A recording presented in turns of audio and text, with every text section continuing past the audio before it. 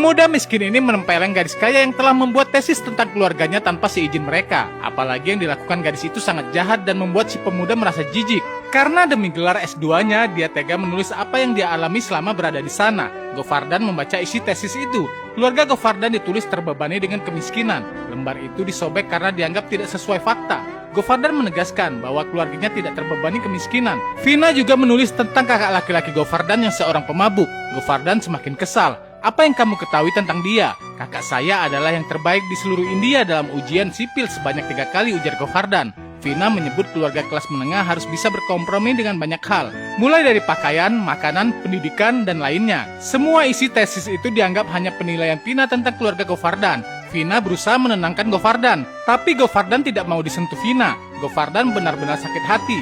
Vina sangat menjijikan yang rela memberikan ciumannya demi tesis. Sebelum pergi, Govardan melemparkan tesis itu ke wajah Vina. Govardan merasa telah dipermalukan, dihina, dan dianggap rendah oleh Vina.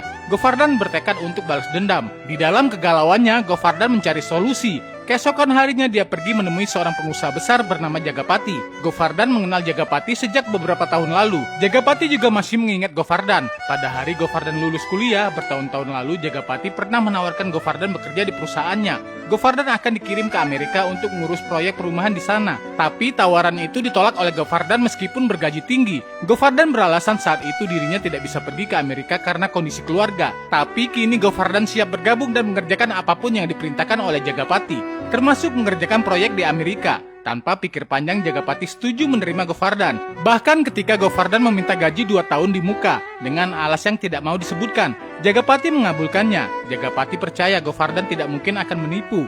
Uang muka yang didapat Govardan senilai 100 crore atau sekitar 1,9 miliar rupiah. Dengan uang sebanyak itu, Govardan bisa mengobati egonya yang sudah dilukai oleh Vina. Govardan ingin mengubah isi tesis Vina. Dalam tesis itu, Govardan disebutkan menggunakan HP yang sudah ketinggalan zaman dan layarnya retak. Govardan membeli HP terbaru. HP-nya yang lama dihancurkan. HP baru kemudian dipamerkan kepada Vina melalui video call.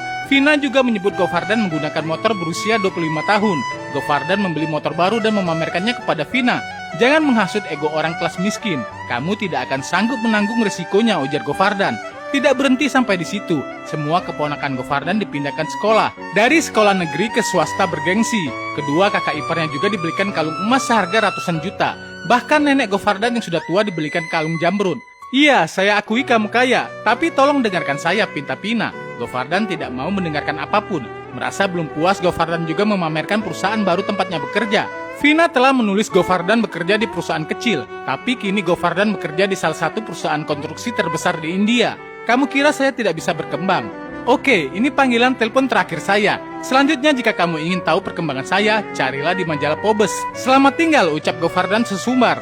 Govardan kemudian masuk ke ruangan direktur utama perusahaan Jagapati. Rupanya Vina sudah ada di dalam menunggu Jagapati juga. Vina menatap Govardan dengan sorot mata tajam. Govardan cuek tidak peduli. Vina diduga sedang mencari lowongan pekerjaan. Jagapati muncul dengan ramah. Jagapati lalu memperkenalkan Govardan kepada Vina sebagai orang yang akan menangani proyek di Amerika. Govardan semakin besar kepala. Jagapati juga memperkenalkan Vina yang ternyata putri kandungnya sekaligus pemilik perusahaan. Seketika itu kesombongan Govardan runtuh. Pemuda miskin ini bertingkah laku aneh pada saat di dalam pesawat. Dia baru pertama kali naik pesawat yang mewah. Sampai-sampai dia harus video call untuk memamerkan kehebatan pesawat itu kepada semua keluarganya di rumah. Rupanya saat dia menelpon, ternyata pemilik perusahaan dia bekerja ikut ke Amerika dengan pesawat yang sama. Tapi Govardan sama sekali tidak mau menyapa Vina di dalam pesawat. Vina juga lebih cuek karena dicuekin. Govardan masih sibuk video call dengan keluarganya di rumah. Seorang ibu-ibu sampai menyapa Govardan yang terlihat polos. Setiba di Amerika, Vina dijemput dengan mobil mewah. Sedangkan Govardan dijemput oleh pegawai perusahaan di sana yang bernama Samad. Govardan dibawa menginap di hotel kecil. Berbeda halnya dengan Vina yang memiliki rumah pribadi di Amerika. Meski Vina cuek, tapi tetap memperhatikan Govardan dari jarak jauh. Vina meminta Samad tetap menemani Govardan serta memenuhi segala kebutuhannya. Samad sampai heran melihat perhatian khusus bosnya itu. Proyek akan segera dimulai. Govardan dipercaya sebagai manajer proyek. Vina tetap memantau perkembangan. Mereka bekerja sama tapi Govardan tak kunjung menyapa. Untuk membuat Govardan bekerja maksimal, Govardan diizinkan tinggal di rumah Vina. Tapi hubungan mereka tak bisa seakrab dulu. Proyek perumahan yang dikerjakan Govardan dipresentasikan kepada komunitas India yang tinggal di Amerika. Rumah hasil desain Govardan akan membuat para klien merasa tinggal di kampung halaman sendiri. Tradisi dan budaya India ada di setiap jengkal rumah. Presentasi Govardan mendapatkan tepuk tangan meriah.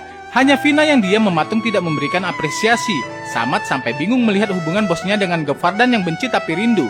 Proyek Govardan menarik perhatian banyak orang. Salah satunya Prasad, seorang pemuda asal India yang datang berlibur ke Amerika. Tapi Prasad jauh lebih tertarik dengan kecantikan Vina. Prasad pura-pura bertanya tentang proyek, padahal niat utamanya agar bisa dekat dengan Vina. Prasad juga merekam video Vina yang sedang memberikan penjelasan secara diam-diam. Prasad kemudian keluar bersama teman-temannya sambil menikmati video Vina.